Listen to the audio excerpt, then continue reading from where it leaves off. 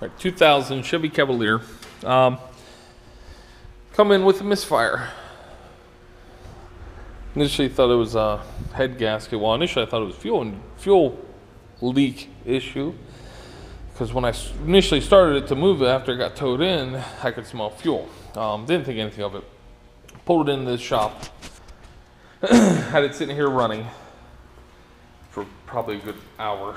Then I noticed a big puddle underneath it. And I smelled it. It was fuel. I figured there was a fuel leak. I put it up in the air. No fuel leak. Here the fuel was coming out of the exhaust. So I thought, okay, maybe a spark issue.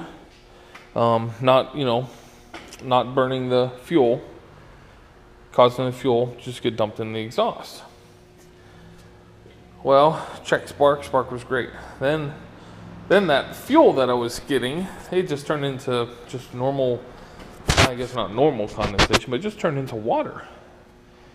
But I mean, it was just like spitting out. I mean, it'd sit here and run for an hour and it was still spitting it out. It's not like the condensation that builds up in the exhaust of a cold car. So, check spark. Spark was great. Check compression. Compression was good. I had about 150 to 160 on every cylinder. Initially, when it happened, when I first checked it, number one cylinder had 160 psi. Number two was at about 55, 60 psi. Same thing with cylinders 3 and 4. I was like, oh, geez, that's a problem. Definitely a problem inside the engine. So I started. It did sit for a few minutes in between checking cylinder 1 and then checking cylinder 2, 3, and 4, but maybe 5 minutes at most, I'd say. So I put everything back together, plugs back in it. Start it, let it run for a half hour, warm back up again, then, check compression again. This time I started at cylinder 4. Cylinder 4 had about 150 psi, same thing with 3, 2, and 1. I was like, okay, well, that's weird. But, I was like, maybe it sat longer than I thought. But, oh well. I knew it wasn't a spark issue. Well, obviously it wasn't anything mechanical. So my next thing was fuel. So I was going to do a fuel injector service on it. I filled my canister here up with seafoam. I like to use seafoam. OTC makes a great product as well, but it's harder to find from part stores. So I usually use seafoam. Stuck the seafoam in the thing, pressurized it. Now this particular car recommends 53 to 59 psi. As you can see, I'm at about 45, 44 psi there. No big deal. I pressurized the can, key off, fuel pump relay was removed. So as you can see, this is the pressure line. There's no, obviously it's disconnected because you don't want to have that disconnected and turn the fuel on, or turn the key on, because then you're going to need a whole bunch of fuel. So make sure you disable the fuel system. So I did it by pulling the fuel pump relay. Doing that, I hooked the can up. Now I had the key off. I mean, even right now I have all the injectors unplugged. Had the key off, pressurized the can, turned it on. Went in, started the car. The car ran, for a few minutes. Okay, it was literally not even a minute. It ran for 30 seconds and then shut off. So I went in, started back on, adjusted my pressure, went in, started up again, 10, 20 seconds, shut off, and that was it. It wouldn't start again. I'm like, what is going on here? So I adjusted the pressure, and still I couldn't get it to start. Well, here, all my fluid inside the can ran out. Now this thing, the car should run for, 10, 15, 20 minutes or so. So I knew there was an issue. So I shut the car off, turned the key off, turned my pressure back up, or checked my can. It was empty. I put more in it, turned the thing on. Never started the car though. Put my pressure on it, opened it up, and when I did, you could see, first off, you could hear it running through, you could hear the pressure, the air, the pressure in the system running, which it shouldn't, because the key was off, so the injectors were all closed. But after a short time, a few seconds, you could see smoke billowing out of the throttle body. Sorry, it's hard to hold this camera. You could see the smoke spill out. So I knew I had a fuel injector problem, and I was betting it was number 1 because that was the code I was given for number 1 cylinder misfire. But I checked everything out, so it had to be fuel injector.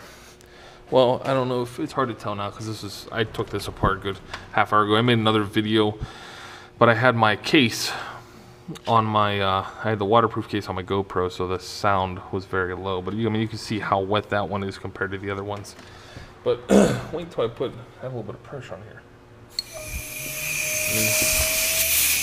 I don't know if you can hear it or not, but I mean, it's just leaking away there. This fuel pressure regulator is leaking as well, but I mean, that thing, hear it? It's hard to see now because I don't have any fluid in there. You know what I could do? I know what I could do. I know what I'll do. This will work too. I'll add a little bit of water to this can. I don't recommend this. Definitely not a cleaning method.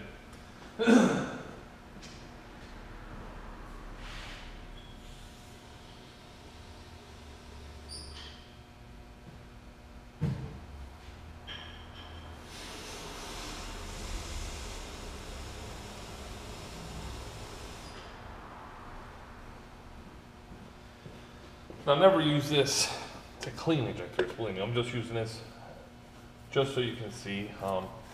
I'll be sure to fully clean the whole system out before installing it. You definitely don't want water in the injector. It'll lock up your plugs. But anyways, let's do this. Okay, let's turn this back. Oops, I guess I probably don't even have to do that. Open up the can. Okay. Now the fuel pressure regulator's leaking too. But hopefully once I get, oh, good. You can see that leaking. All the other injectors, they're fine. Yeah, you can see that fuel pressure regulator leaking. Don't worry, I have a new one for that. So that pressure's at 40 psi, so that thing should not be leaking. But I mean, you can see this injector here is just flowing away. I mean, she's going to town there. So yeah, bad injector. As you can see, all the injectors, they're all unplugged. So there's no excuse. No sticking wires, no power issues, definitely a bad injector. So the fuel injector cleaning system by Mighty Vac, OTC makes a nice system, similar system to this. I mean, this is great. This is a great way to show you a leaking fuel injector with this system. So as you can see, my pressure is only at 38 psi, and that thing's just leaking away there. So I'll shut this off. I'll take pressure off my can so I can empty it all. Good. All right, well, there you go. As you can see, definitely a bad injector. All right, till next time, JoJo's Automotive Repair.